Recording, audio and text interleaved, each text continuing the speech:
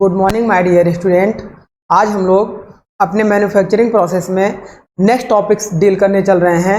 आज हमारे टॉपिक का नाम होगा engineering materials and its application. तो आज डियर हम लोग इस टॉपिक को डील करेंगे कि हमारे इंजीनियरिंग मटेरियल क्या होते हैं, कितने टाइप के होते हैं और उनके एप्लीकेशन क्या क्या होते हैं। तो ये हमारा माय डियर लेक्चर सीरीज 9 होगा मैन्युफैक्चरिंग प्रोसेस का, जिसमें हम लोग इंजीनियरिंग मटेरियल को डील करने वाले हैं। तो चलिए हम लोग स्टार्ट करते हैं कि हमारे इंजीनियरिंग मटेरियल क्या होते हैं, इसमें कौन कौन से कंपोनेंट मिला देने पर कब ये एलॉय बन जाएंगे, कब ये एलॉय नहीं बनेंगे। तो इन सब चीज़ों को हम लोग डिस्कस करेंगे विथ डिटेल्ड स्टडी, और साथ में हम लोग प्रीवियस ईयर के ऑब्जेक्टिव क्वेश्चंस को भी पढ़ेंगे। तो ये चैप्टर हमारे लिए मोस्ट इंपॉर्टेंट होता है। जब हम किसी भी ऑब्जेक्टिव एग्जाम को देते हैं तो वहाँ पे आप देखते होंगे कि मैकेनिकल प्रॉपर्टीज के साथ जो हमने प्रीवियस लेक्चर में डिस्कस किया था, टाइप्स ऑफ मटेरियल और उसमें कुछ एलॉइंग एलिमेंट मिला देने पर क्या इफेक्ट पड़ता है, इससे रिलेटेड खूब सारे क्वेश्चंस बनते हैं। तो आइए माय डियर हम लोग स्टार्ट करते हैं अपने टॉपिक को।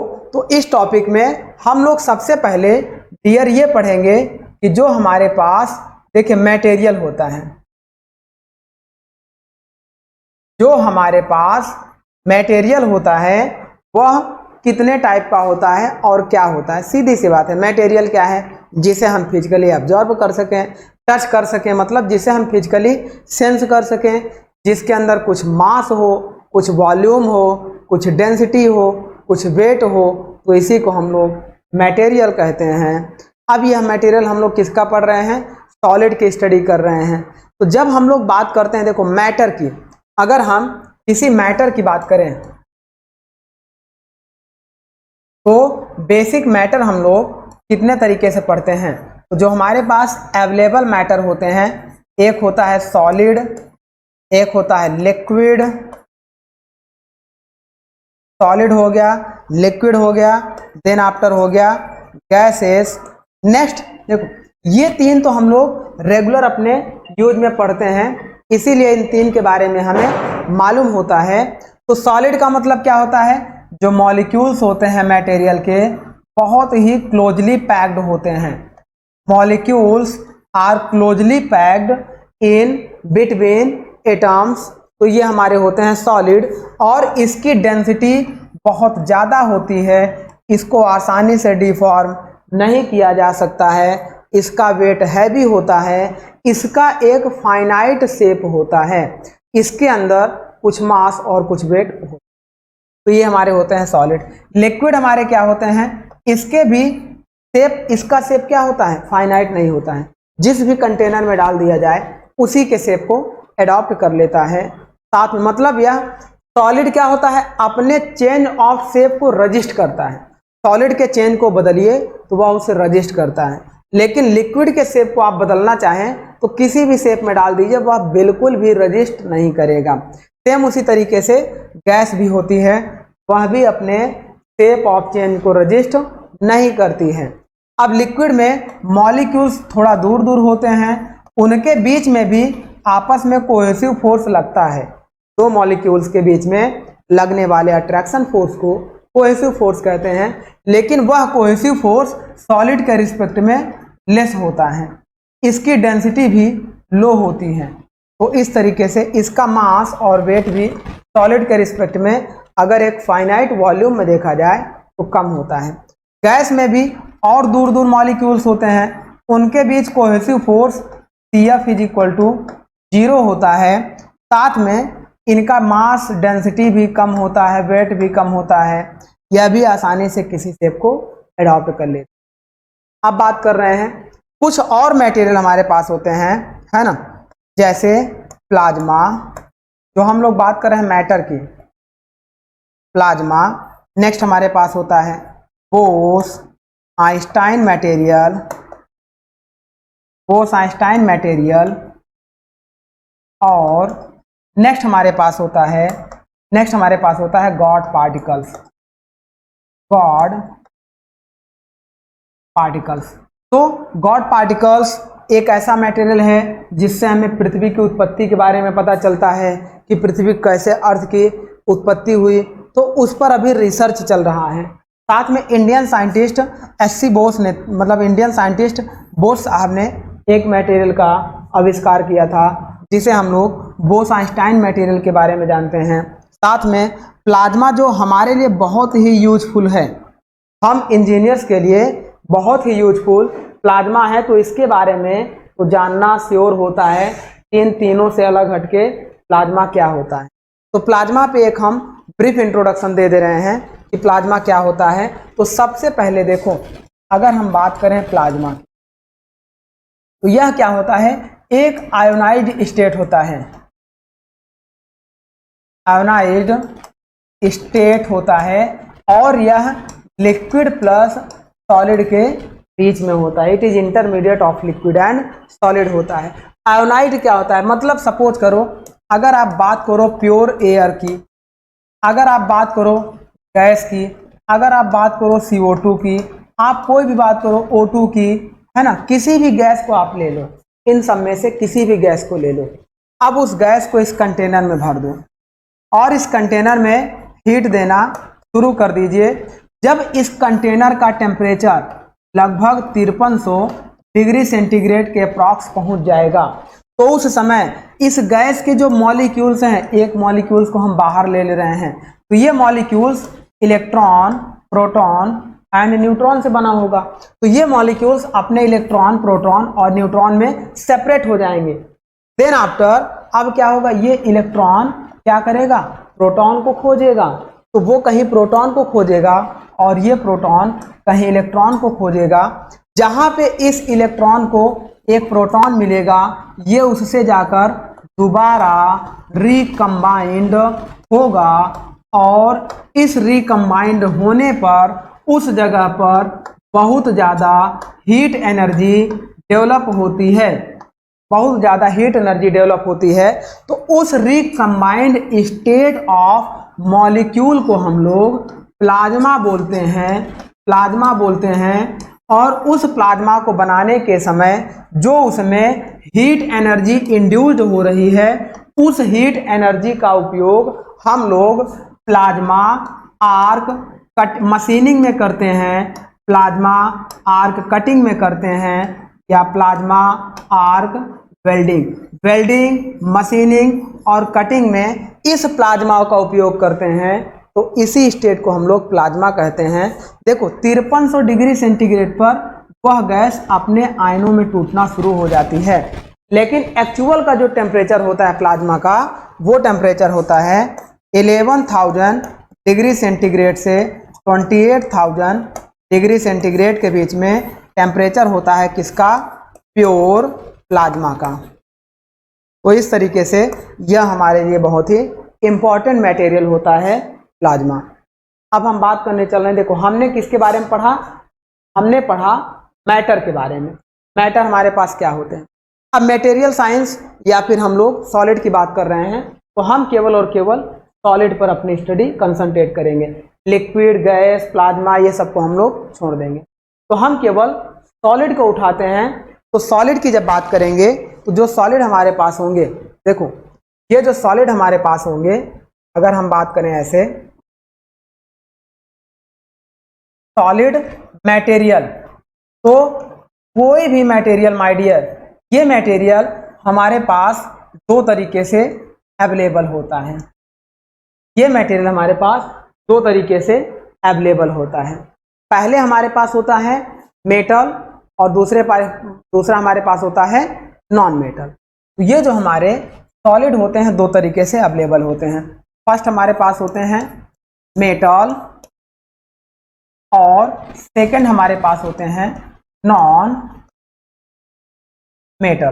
तो हम पहले ये समझे कि मेटल और नॉन मेटल में डिफरेंस क्या होता है।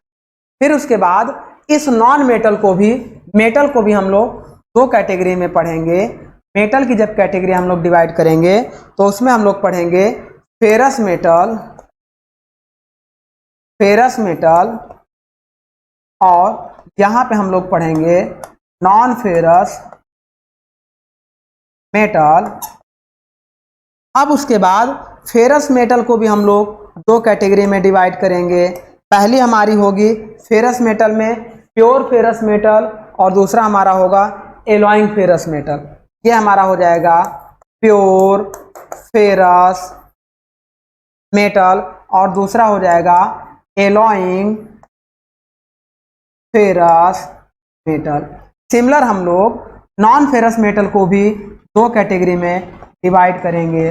पहला हमारा हो जाएगा नॉन फेरस मेटल, क्या हो जाएगा प्योर नॉन फेरस मेटल और दूसरा हमारा हो जाएगा एलॉइंग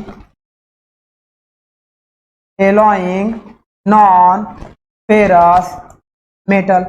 देन आफ्टर अगर हम बात करेंगे नॉन मेटल की बात करेंगे तो नॉन मेटल हमारे पास दो तरीके से अवेलेबल होंगे। नॉन मेटल हमारे पास दो तरीके से अवेलेबल होंगे। पहला हमारा होगा ऑर्गेनिक नॉन मेटल और दूसरा हमारा होगा inorganic non metal.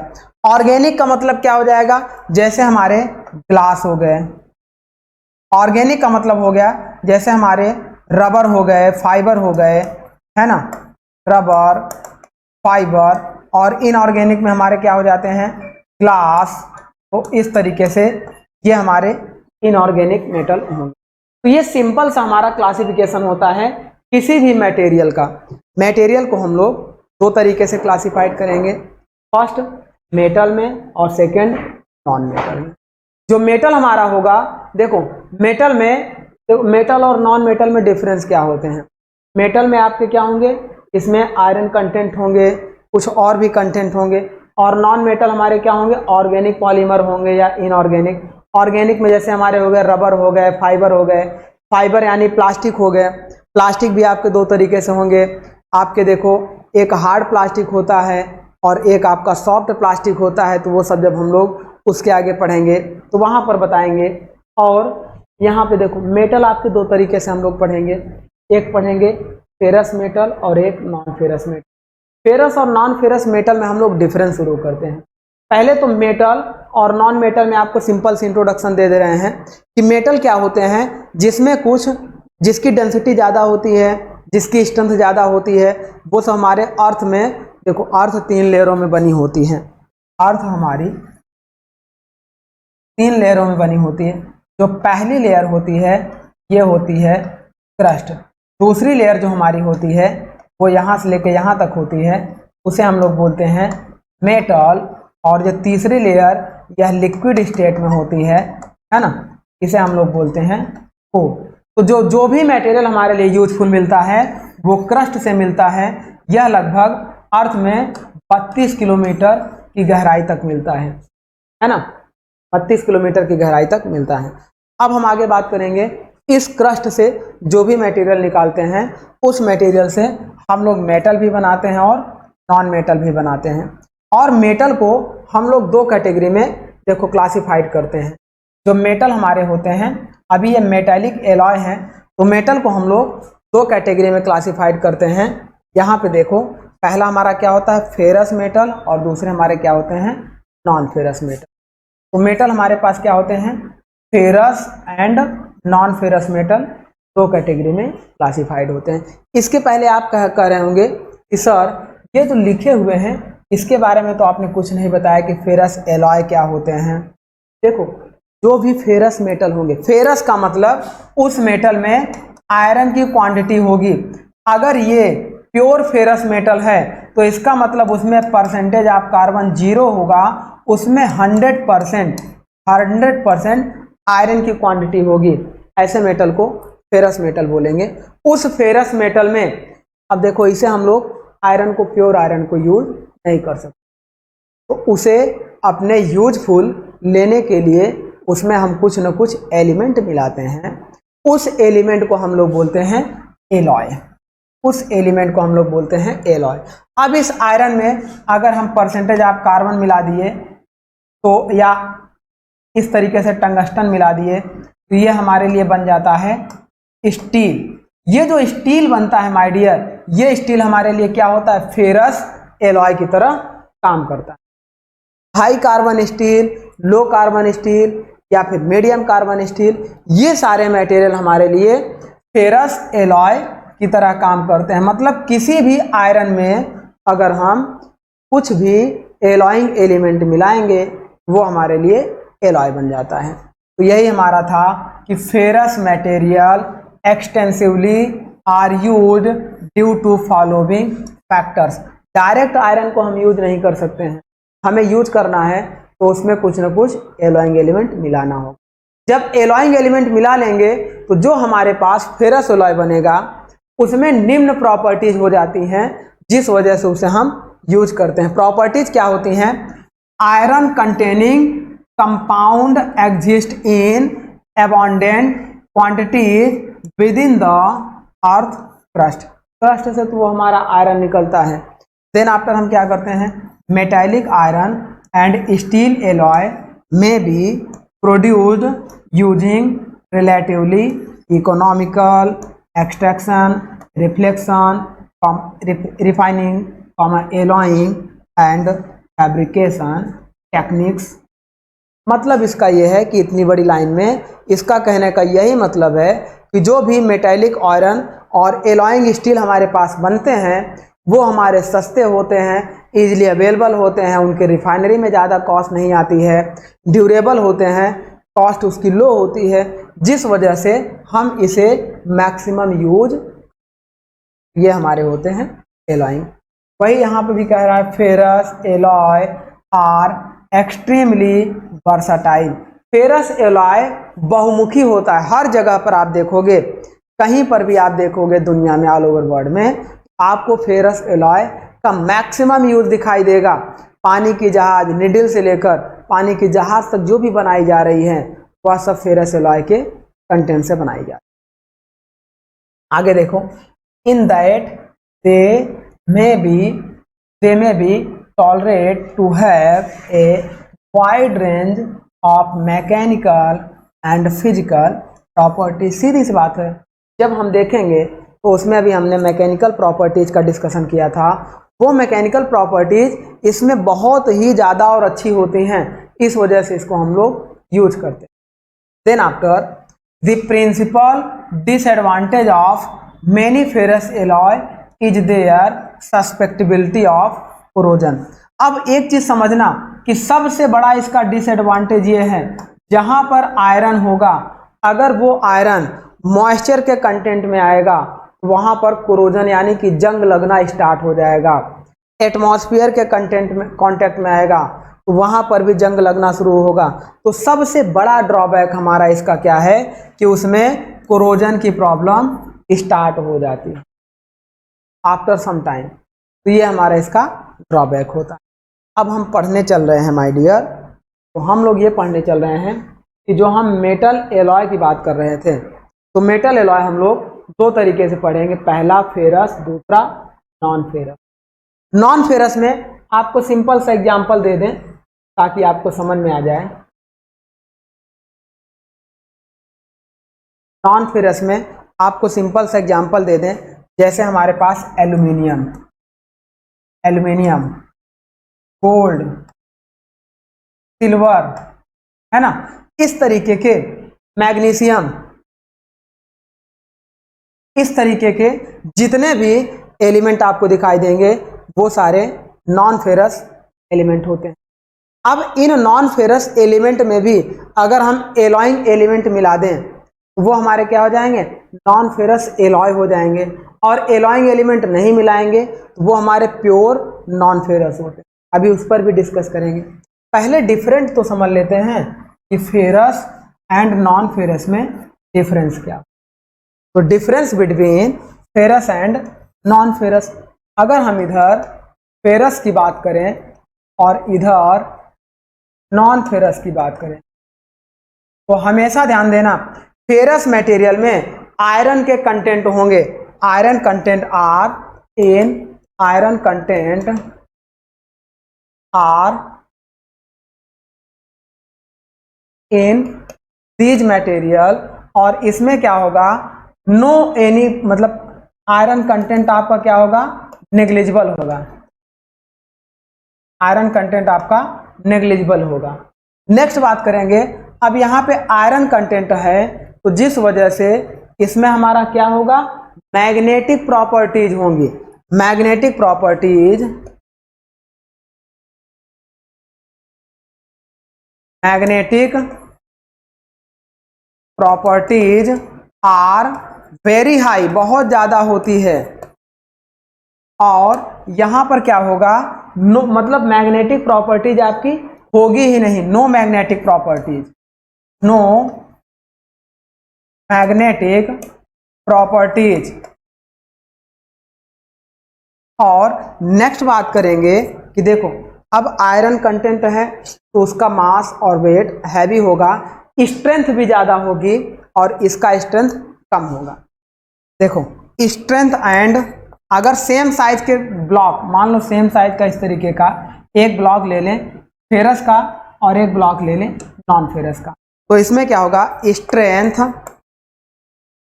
And mass are more, और इसमें क्या होगा, लेस स्ट्रेंथ एंड मास। लेकिन एक सबसे बड़ा डिसएडवांटेज जो आपका है कि फेरस मेटल में कोरोजन आपका लगेगा और नॉन फेरस मेटल में कोरोजन नहीं लगेगा। ये हमारा क्या होता है, कोरोजन इसमें होता है और इसमें क्या होता है, यह हमारा कोरोजन फ्री होता है, कोरोजन फ्री हमारा होता है। तो इस तरीके से ये हमारे होते हैं difference between ferrous and non ferrous material. अब बात करते हैं फेरस मटेरियल की। तो फेरस मटेरियल को दो तरीके से हम लोग क्लासिफाइड करते हैं। चलिए इसको यहां से हटाते हैं। अब बात करते हैं फेरस मटेरियल को दो तरीके से क्लासिफाइड। मान लो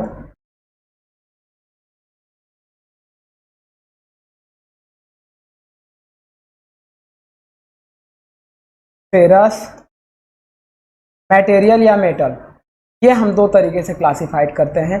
पहला हम लोग करते हैं pure ferrous metal. Pure ferrous metal मतलब हमारा क्या हो गया, आयरन। प्योर फेरस मेटल मतलब आयरन हो गया। सेकंड हम लोग क्या करते हैं, सेकंड हम लोग क्या करते हैं, alloying ferrous, alloying ferrous metal. Alloying ferrous metal का मतलब इस आयरन में हम लोग कुछ एलॉइंग एलिमेंट मिलाते हैं उसकी प्रॉपर्टीज को इंक्रीज करने के लिए। अब ये जो एलॉइंग फेरस मेटल है, अगर इसको हम लोग यहाँ पर देखें, उस एलॉइंग फेरस मेटल को हम दो कैटेगरी में डिफाइन कर सकते हैं। पहला, जब इस पे हम लोग एलॉइंग मिलाएंगे वो हमारे पास स्टील बनेगा और दूसरा हमारे पास कास्ट आयरन बनेगा। जब हम एलॉइंग एलिमेंट मिलाएंगे तो उस फेरस मेटल में फर्स्ट हमें स्टील मिलेगा। स्टील क्या है, लेस देन, देखो less than 2% carbon, carbon is called steel. और यहां पे क्या होगा, above 2% carbon in iron is called cast iron. Cast iron की पहचान है कि 2% से एबव अगर उसके अंदर आयरन के कंटेंट होंगे वो हमारा कास्ट आयरन कहलाएगा। स्टील हमारा क्या है कि 2% से कम उसके अंदर कार्बन कंटेंट होंगे तो वो हमारा स्टील कहलाएगा। अब स्टील को जो हम लोगों ने देखो कैटेगरी में डिवाइड किया, वो लो एलॉय में और हाई एलॉय में। स्टील हमारे हैं लो एलॉय, हाई एलॉय। अब इसमें हम लोग परसेंटेज ऑफ कार्बन के अकॉर्डिंग देखेंगे कि हमारे पास low carbon steel, medium carbon steel, high carbon steel, rimmed steel, killed steel, semi killed steel, है ना।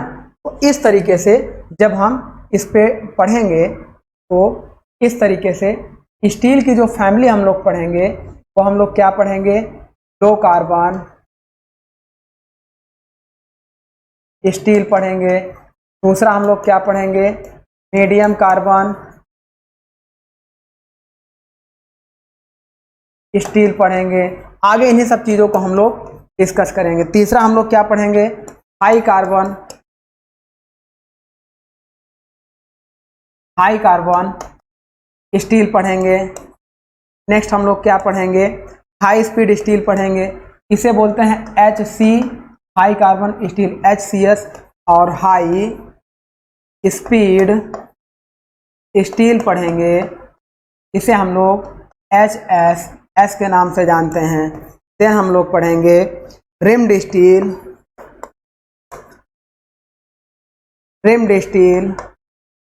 देन हम लोग पढ़ेंगे किल्ड स्टील। देन हम लोग पढ़ेंगे सेमी किल्ड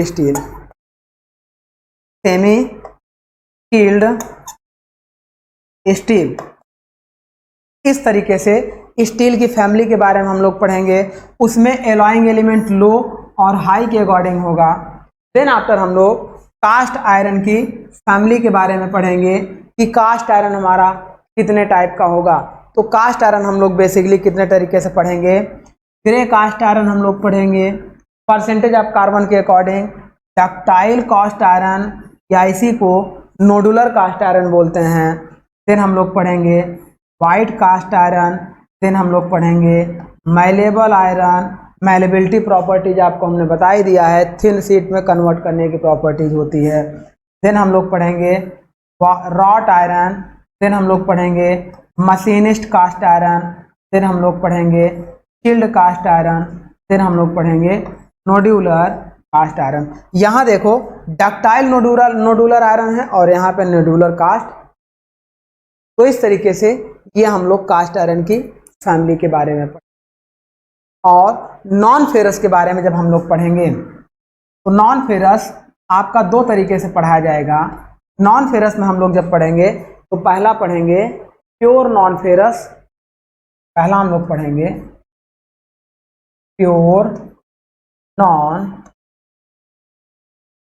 फेरस मेटल, और दूसरा हम लोग क्या पढ़ेंगे, alloying non ferrous metal.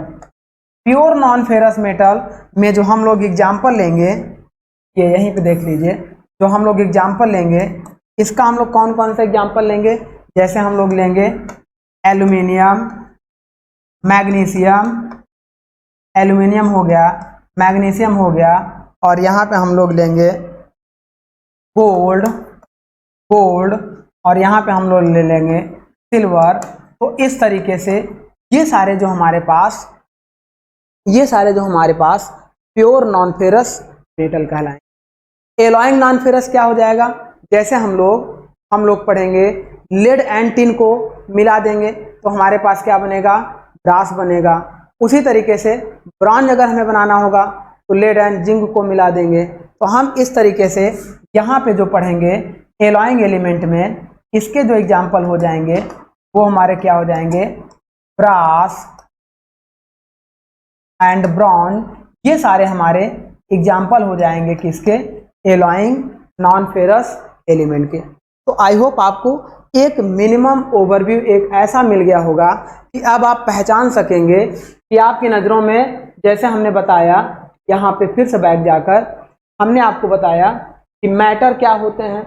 Matter आपको अच्छे से समझ में आना चाहिए। कितने टाइप के होंगे, सॉलिड, लिक्विड एंड गैस, फिर प्लाज्मा, बोस-आइंस्टाइन और गॉड पार्टिकल्स। तो 4 आपको ध्यान देना है, 2 पे आपको ध्यान नहीं देना है।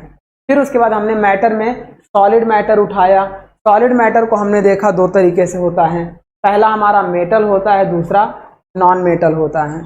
नॉन मेटल में हमने आपको बताया फेरस मेटल और non ferrous metal. Non metal में हमने आपको बताया ऑर्गेनिक नॉन मेटल होंगे और इनऑर्गेनिक नॉन मेटल होंगे। इनऑर्गेनिक जैसे ग्लास हो गया, सिरेमिक हो गया, और ऑर्गेनिक में आपका क्या हो गया, रबर हो गया, फाइबर हो गया, लेदर हो गया, ये सारे आपके ऑर्गेनिक हो गए।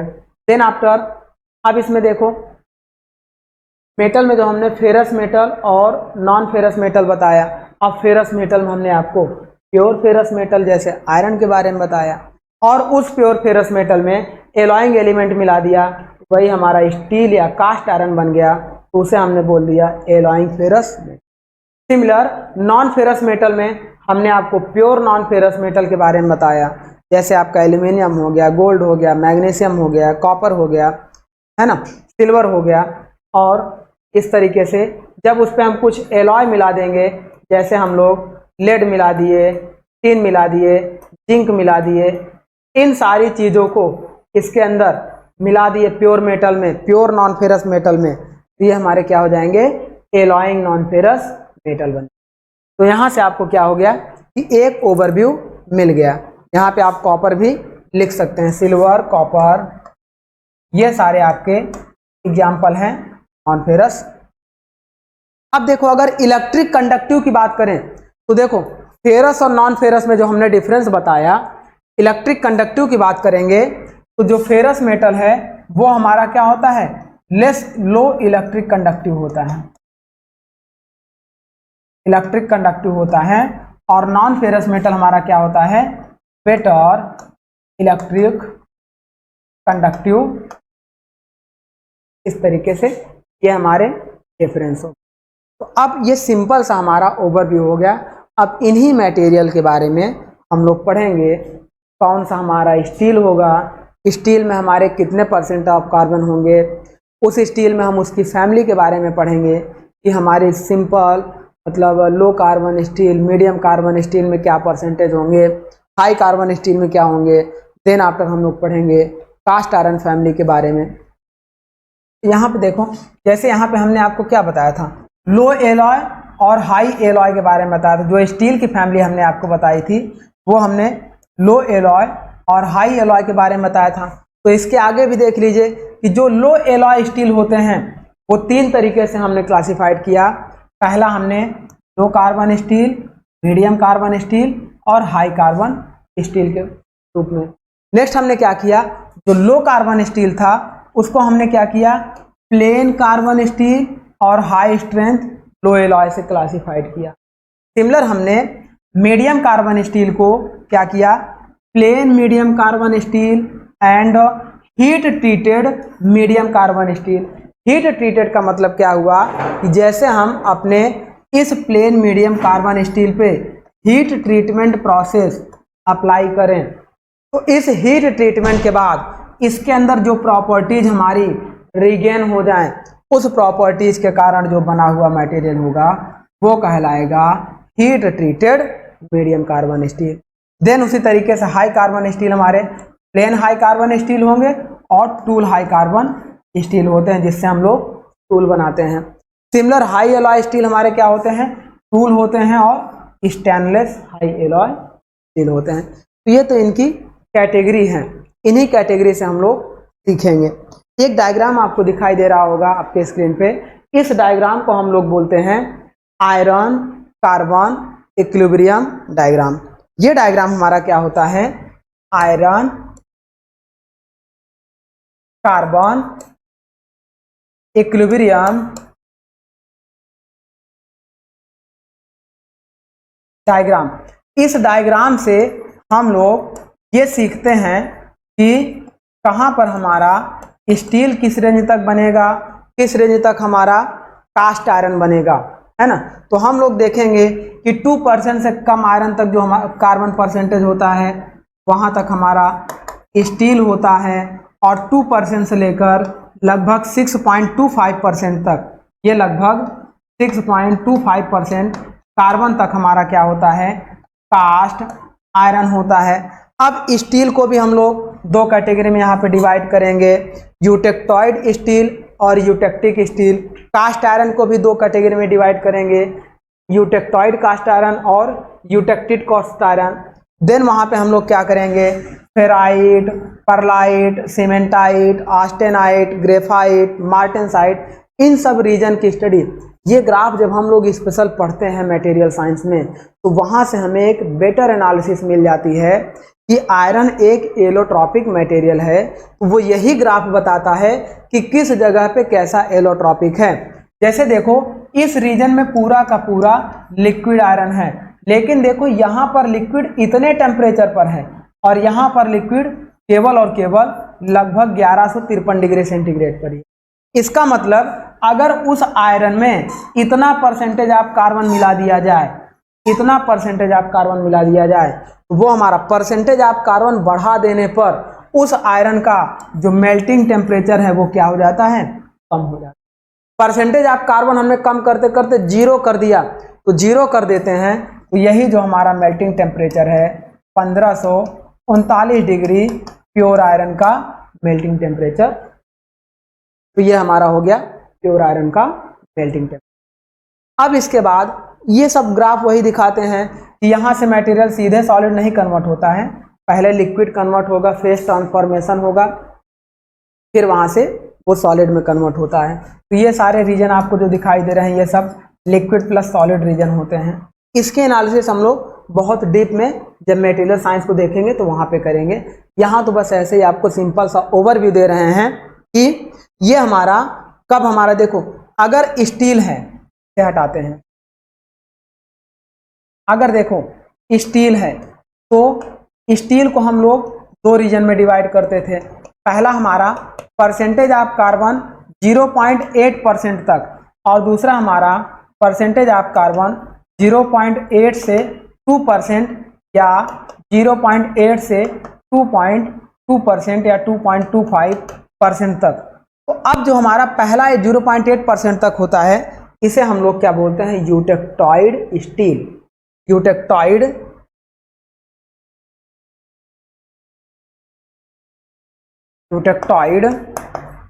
स्टील। और 0.8 से 2 यहाँ तक जो हमारा परसेंटेज ऑफ कार्बन होता है उसे हम लोग बोलते हैं eutectic steel. Eutectic steel. Then after similar हम लोग ऐसे ही जब कास्ट आयरन की बात करते हैं तो हम ये जानते हैं कि 2% से एबव परसेंटेज ऑफ कार्बन जब होगा वो हमारा कास्ट आयरन कहलाता है। उसमें हमारा क्या होगा, 2% से 4% या 4.25% तक जो कार्बन होगा तो वहां पर हमारा होता है यूटेक्टॉइड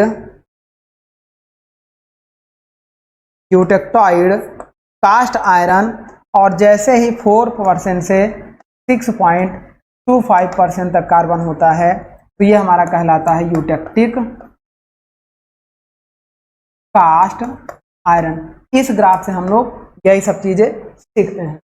चलो आगे बढ़ते हैं, इस ग्राफ को हम लोग स्किप करके आगे बढ़ते हैं क्लासिफिकेशन ऑफ स्टील के बारे में, कि हमारा स्टील का क्या क्लासिफिकेशन होगा और उस स्टील में क्या क्या एलॉइंग एलिमेंट हम लोग मिलाएंगे। स्टील तो एक एलॉइंग एलिमेंट है ही, स्टील हमारा एक एलॉय है, प्योर आयरन नहीं है। प्योर आयरन होता तो वो हमारा फेरस प्योर आयरन होता, लेकिन एलॉइंग एलिमेंट मिला देने पर वो हमारा क्या बना है, स्टील बना है। अब इस स्टील के बारे में पढ़ेंगे तो पहला हम क्या पढ़ेंगे, लो कार्बन स्टील के बारे में, second medium carbon steel, then high carbon steel, then after plain carbon steel के बारे में। यहाँ पे एक पॉइंट हमने लिखा है, plane carbon steel contains only residual concentrations of impurities other than carbon and a little manganese।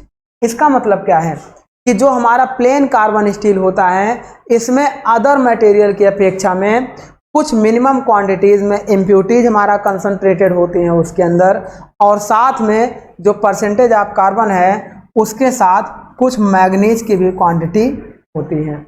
तो ये हमें याद करना होगा, हमें समझना होगा कि एक एक मटेरियल में कितना परसेंट कार्बन कहाँ है, कौन कौन सा मैग्नीज कहाँ है, कितना परसेंट हमारा टंगस्टन है, कितना परसेंट हमारा।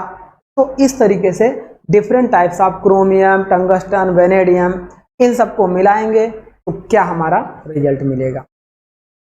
अब देखो, जैसे बात करते हैं लेस देन 0.25% ऑफ कार्बन की बात कर रहे हैं।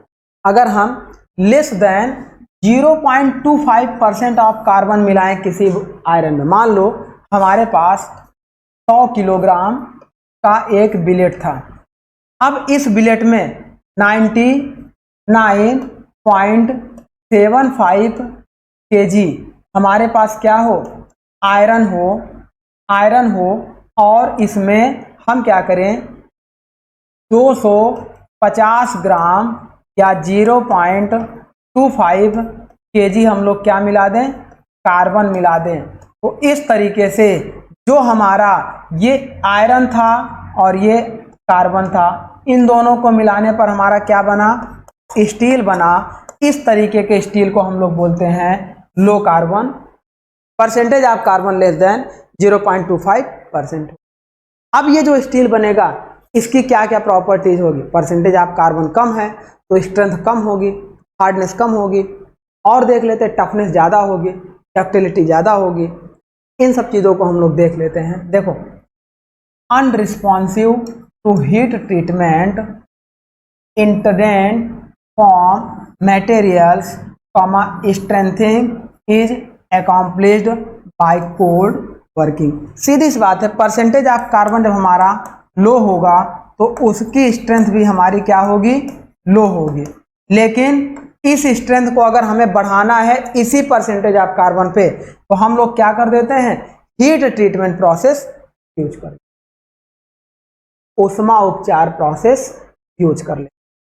Then after, micro structure consist of ferrite and pearlite constituent. तो यहाँ देखो, अभी जब ये इस डायग्राम को हम लोग पढ़ेंगे तो यहाँ पे फेराइट प्लस परलाइट जो हम लोग पढ़ेंगे, तो वहाँ पे आपको बताया जाएगा कि फेराइट और परलाइट क्या होते हैं, कितने डिग्री पे बनते हैं, कब ये दोनों मिक्स होंगे और कब अलग होंगे, कहाँ पर प्योर फेराइट मिलेगा, कहाँ पे प्योर परलाइट मिलेगा, कहाँ पे मार्टेनसाइट मिलेगा, कहाँ पे ऑस्टेनाइट मिलेगा, तो उसको भी डिटेल डिस्कस किया जाएगा।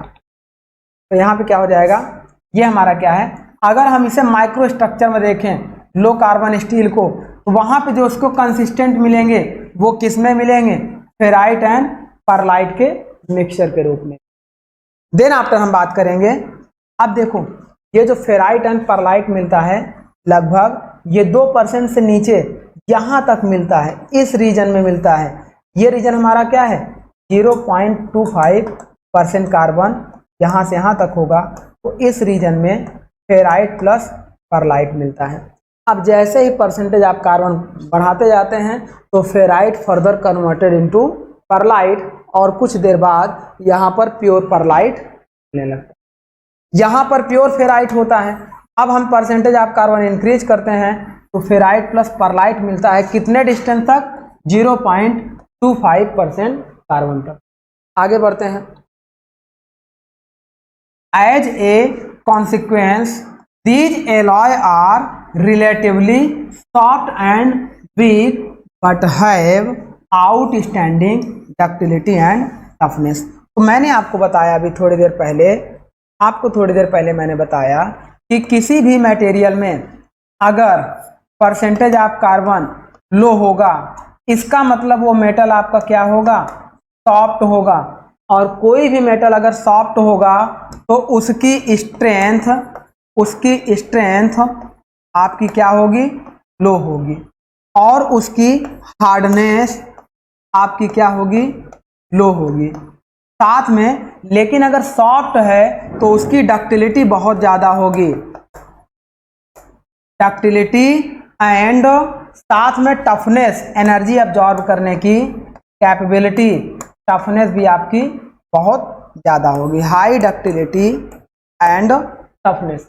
तो ये हमारा होता है इस लो कार्बन मटेरियल की प्रॉपर्टी। देन आफ्टर आगे बढ़ते हैं, they are machinable, weldable and of all steels are the least expensive to produce.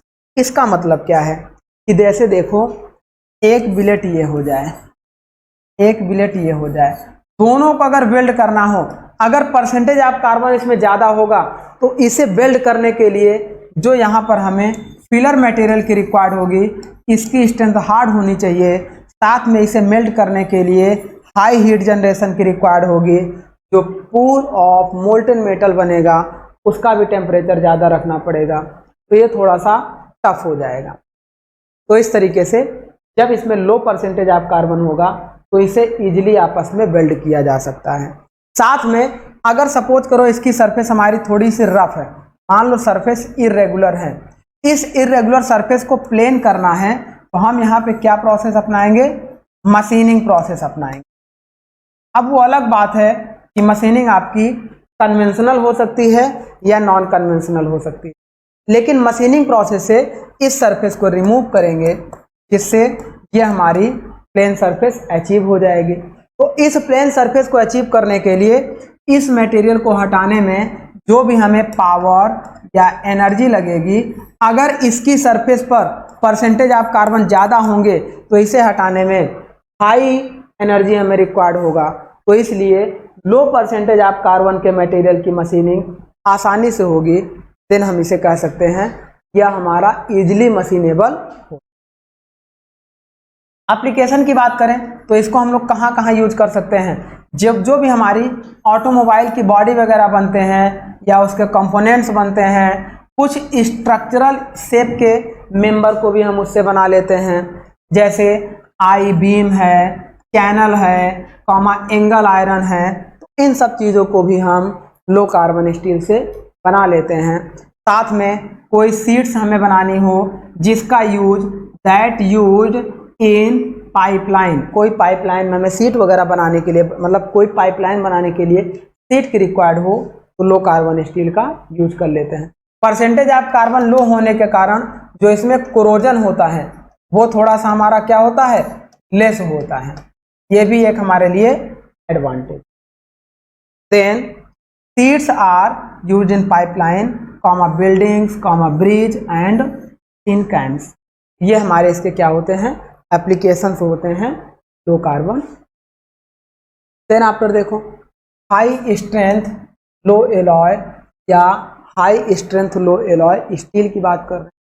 High strength low alloy steel का मतलब परसेंटेज ऑफ कार्बन हम लोग थोड़ा सा और बढ़ाएंगे तो उसकी हार्डनेस बढ़ेगी, उसकी टफनेस कम होगी। कैसे, देखो they contain other alloying elements such as copper, vanadium, nickel, molybdenum in combined concentration as high as 10%। तो अगर इन सभी एलिमेंट को मिलाकर कॉपर, वेनेडियम, निकिल, मोलिब्डेनम को मिलाकर लगभग 10% तक उसमें हम लोग ऐड करें तो उससे जो हमारा एलॉइंग स्टील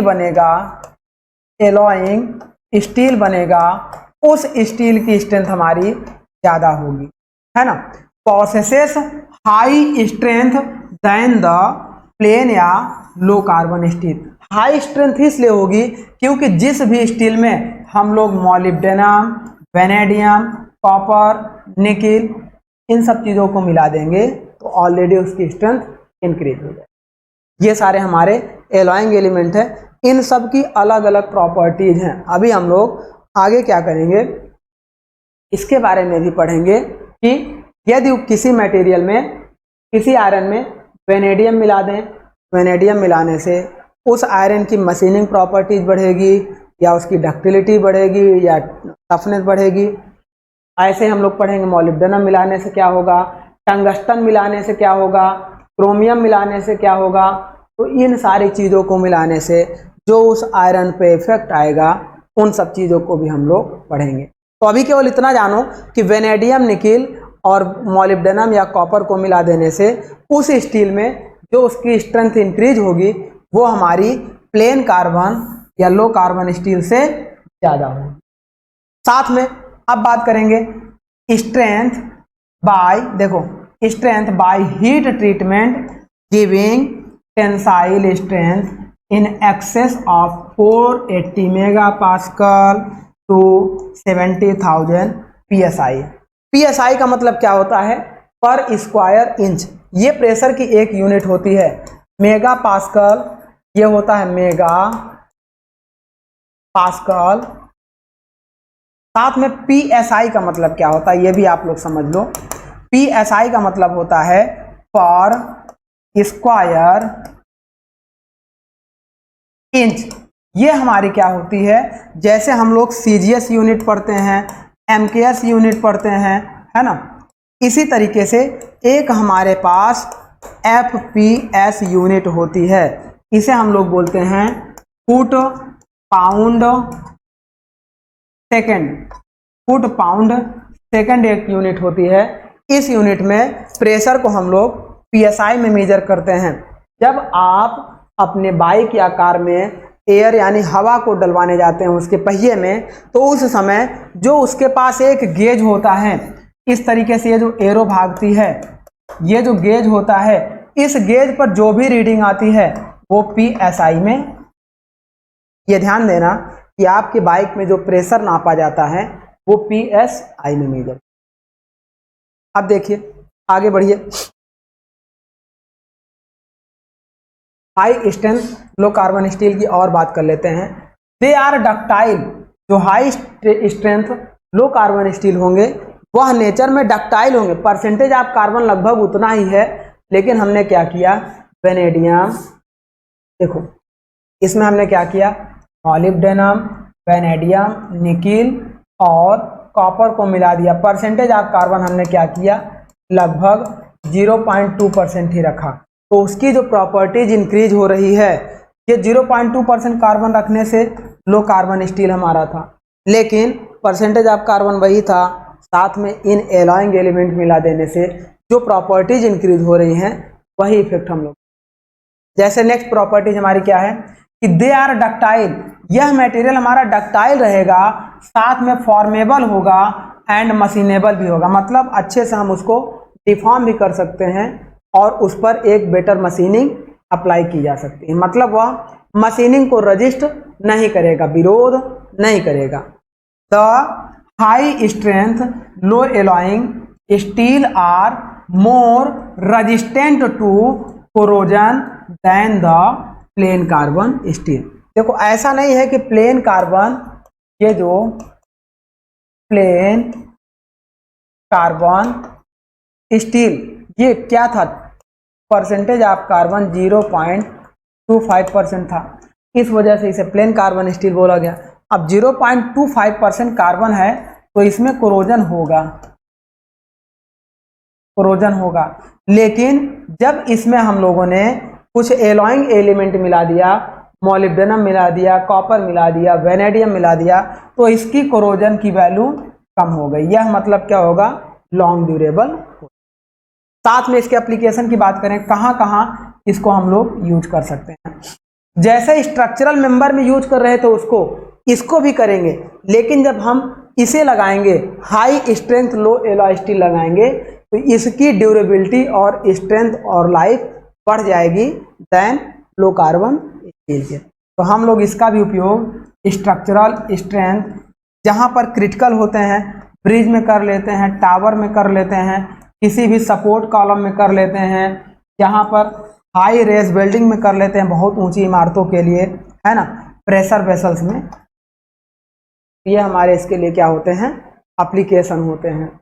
अब आगे बढ़ते हैं हम लोग, मीडियम कार्बन स्टील की बात करते हैं। तो मीडियम कार्बन स्टील में क्या करते हैं, परसेंटेज ऑफ कार्बन 0.25 से बढ़ाकर 0.6% तक रखते हैं। कहीं कहीं 0.8% भी आपको दिखाई देगा, ये 0.8% भी दिखाई देगा। तो अब इसको रखने से इसमें क्या होगा, परसेंटेज ऑफ कार्बन बढ़ाया तो स्ट्रेंथ और हार्डनेस बढ़ जाएगी, डक्टिलिटी घट जाएगी, मैलेबिलिटी भी घट जाएगी, है ना, टफनेस भी घट जाएगी। ये हमारी अपने आप प्रॉपर्टीज आ जाती हैं। तो may be heat treated by the austenitizing, quenching and the tempering to improve their mechanical properties. इन तीनों का मतलब क्या हुआ, देखो क्विंचिंग और टेम्परिंग का मतलब क्या होता है, पहले आप ये समझो। Quenching and tempering, quenching and tempering is a heat treatment process, heat treatment process, ये हमारे हीट ट्रीटमेंट प्रोसेस होते हैं। अब इस प्रोसेस में देखो क्विंचिंग में क्या होता है, कोई एक हमारे पास ऑयल होता है या वाटर होता है, ये जो मीडियम होता है इसे बोलते हैं, ये होता है ऑयल या लिक्विड, कोई भी लिक्विड होता है। अब हम क्या करते हैं, यहाँ पर अपने वर्कपीस को मेल्टिंग टेम्परेचर से बिलो टेम्परेचर तक गर्म करते हैं, वो डिपेंड करता है कितनी हार्डनेस इसमें बढ़ानी है। मेल्टिंग रिक्रिस्टलाइजेशन टेम्परेचर से थोड़ा सा ऊपर या रिक्रिस्टलाइजेशन टेम्परेचर पर इसको गर्म करते हैं और इस वर्कपीस को सीधे ले आकर इसके अंदर डिप करा देते हैं, तो यहाँ पर क्विंचिंग कूल हो जाता है। तो इस मेथड को बोलते हैं क्विंचिंग। टेम्परिंग हमारा सेम उसी तरीके से होता है, लेकिन वहाँ पर क्विंचिंग मीडियम हम लोग कुछ और यूज करते हैं। तो ये सारे हमारे हीट ट्रीटमेंट प्रोसेस हो।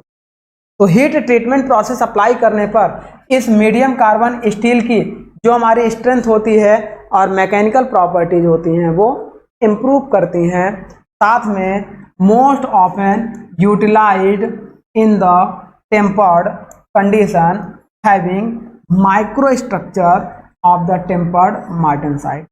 ऑस्टेनाइट और मार्टेनसाइट जोन आपका ये जो दिखाई दे रहा है, जैसे यहाँ पे ऑस्टेनाइट जोन है, अब इधर हमारा क्या होगा, मार्टेनसाइट यहाँ पे कहीं आपको जोन दिखाई देगा। ऑस्टेनाइट से मार्टेनसाइट जोन में जाएंगे, मतलब परसेंटेज ऑफ कार्बन आपको बढ़ाना पड़ेगा, तो आप मार्टेनसाइट जोन में चले जाते हैं। अब इस मार्टेनसाइट जोन में जाने पर जो आपकी मैकेनिकल प्रॉपर्टीज होती हैं वो तब इंक्रीज कर जाएंगी जब उस पर आप लोग टेम्परिंग प्रोसेस अप्लाई करें। तो ये हमारी इसकी कुछ मीडियम कार्बन स्टील की प्रॉपर्टीज हो। साथ में देखो, the plain medium carbon steel have low hardness hardenability. Plain medium carbon steel मतलब इसमें और एलॉइंग एलिमेंट हमने नहीं मिलाया है, तो उसकी हार्डनेबिलिटी क्या होती है, लो होती है। अगर साथ में इस पे हम लोग और एलॉइंग एलिमेंट जैसे हम लोग कॉपर मिला दें, टंगस्टन मिला दें, इस तरीके से मॉलिब्डेनम मिला दें, मैग्नीज मिला दें, तो इसकी जो और एलॉइंग स्ट्रेंथ है बढ़ जाएगी, हार्डनेस आपकी बढ़ जाएगी। साथ में देखो, can be successfully heat treated only in very thin section and with very rapid quenching rate. इसका सबसे बड़ा एडवांटेज ये है, ये हमारी कोई थिन सेक्शन सीट है, थिन सेक्शन सीट है।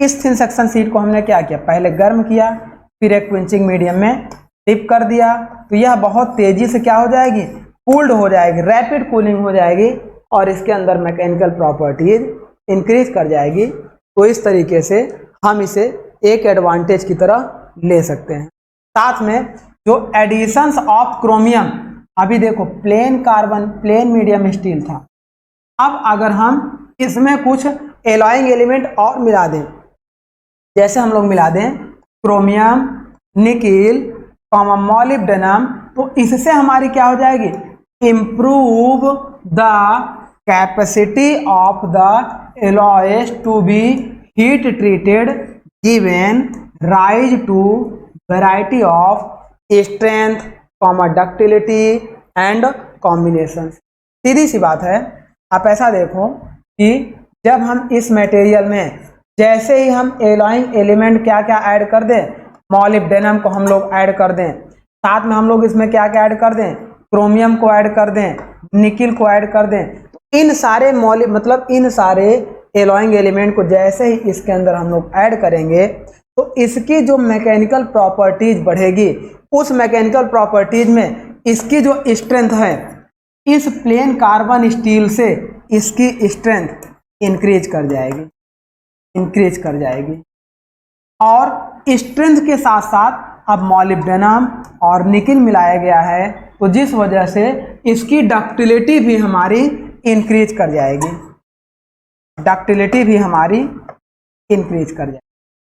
ये हमारा होता है मीडियम कार्बन स्टील का प्रॉपर्टीज।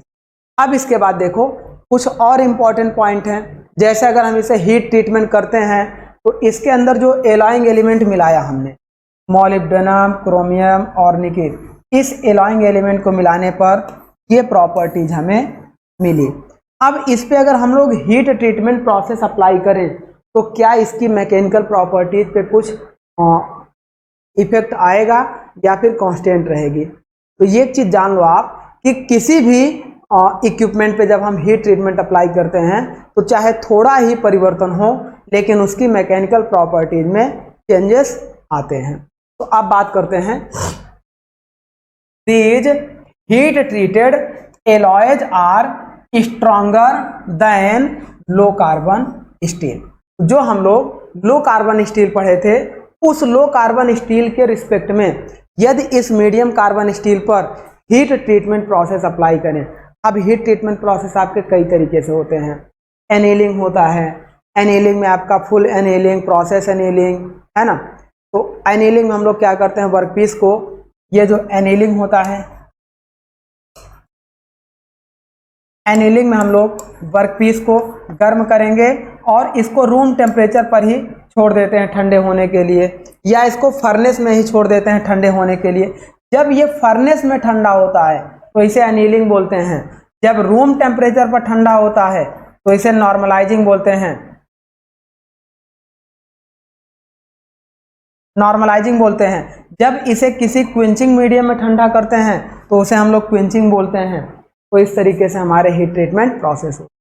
उस हीट ट्रीटमेंट प्रोसेस से आगे जाने पर इस वर्कपीस में जो मैकेनिकल प्रॉपर्टीज हैं वह इंक्रीज कर जाती हैं लो कार्बन स्टील के रिस्पेक्ट में, but at A sacrifice of ductility and toughness. लेकिन डक्टिलिटी और टफनेस आपकी क्या होती है, कुछ लिमिट तक इंक्रीज करती है। इस मटेरियल में यहाँ देखो, इन सारे मॉलिब्डेनम, क्रोमियम और निकिल को मिलाने पर इसकी डक्टिलिटी और टफनेस तो इंक्रीज करेगी, लेकिन एक लिमिट के बाद उसकी डक्टिलिटी और टफनेस इस तरीके से कर्व शो करेगी। आप ऐसा देखो, का जो कर्व है वो इस तरीके से शो करेगा।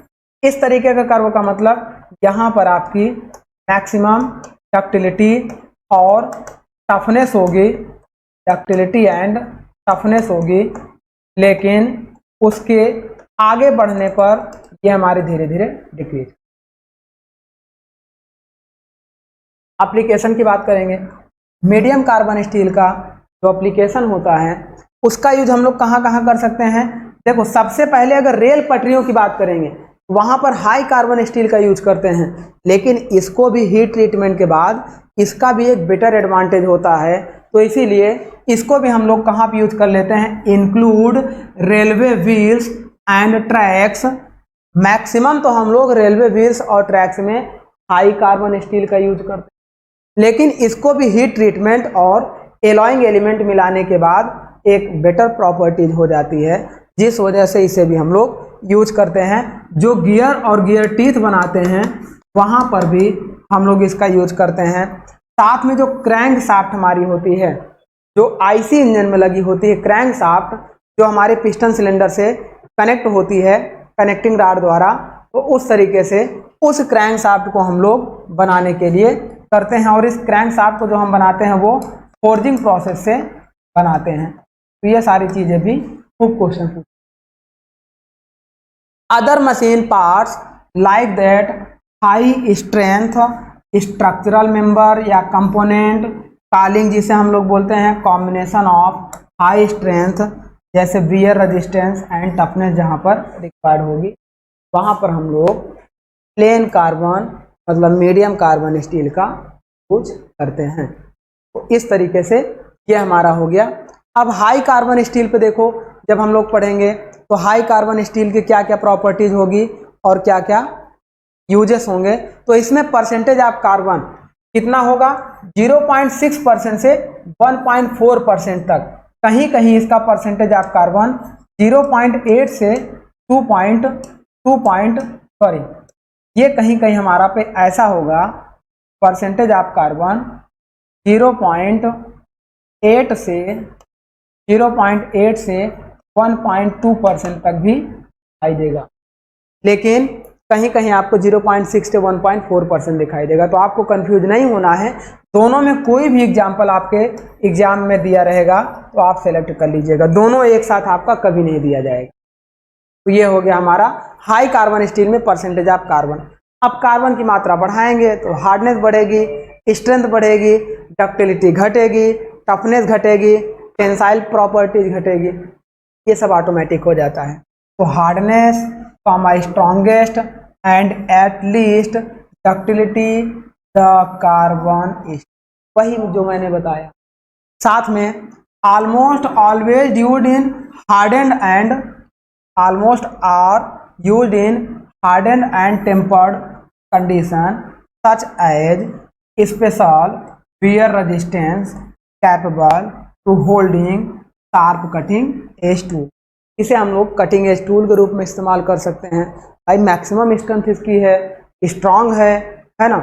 इस तरीके से इसे वहां पर यूज करेंगे जहां पर वियर रेजिस्टेंस ज़्यादा हो रहा होगा, जहां पर वियर रेजिस्टेंस और साथ में कुछ इम्पैक्ट लोड वगैरह भी लग रहे होंगे, वहां पर हम इस तरीके से इसे यूज कर लेंगे। बहुत ज़्यादा इम्पैक्ट लोड पर नहीं यूज करेंगे, उसके लिए हमें कास्ट आयरन की ज़रूरत पड़ेगी। तो ये हमारा हो गया।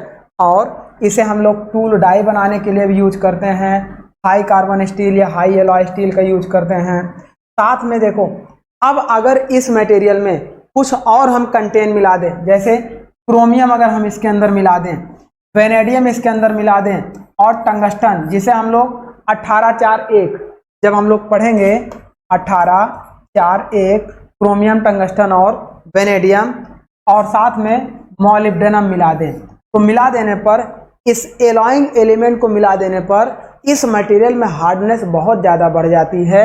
ये देखो वेरी हार्ड हो जाता है, साथ में इसकी जो वियर रेजिस्टेंस कैपेसिटी है वो भी बहुत ज़्यादा इंक्रीज कर जाती है। तो ये जरूर आप ध्यान रखेंगे। आगे हम लोग क्या करेंगे, इसका एप्लीकेशन देख लो।